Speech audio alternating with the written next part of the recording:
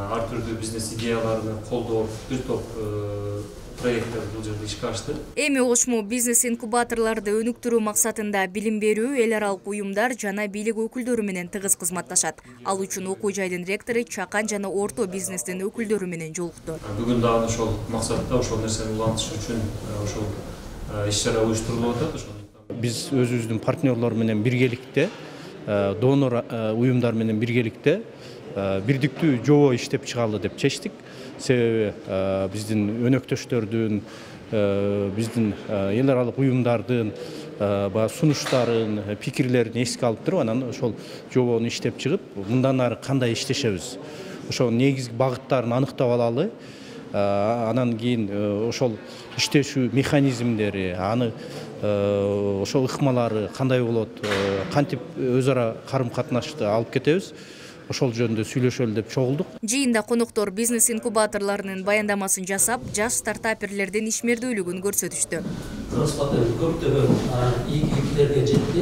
Жолугушуунун жыйынтыгында атайын жобо иштелип чыгып, анын негизинде жаш ишкерлер өз бизнесин ишке ашырса болот. Ал үчүн стартаперлер долбоор жазат. Мыкты жазылган долбоорлор жаш бизнес парк аркылуу тандалып, ири өлчөмдөгү грант утууга мүмкүнчүлүк түзүлөт. Жомон долбоор боюнча 3 этапта өтөт. Биринчи этап бул студенттер бизнес инкубаторлорго кайрылышат заявкалар менен.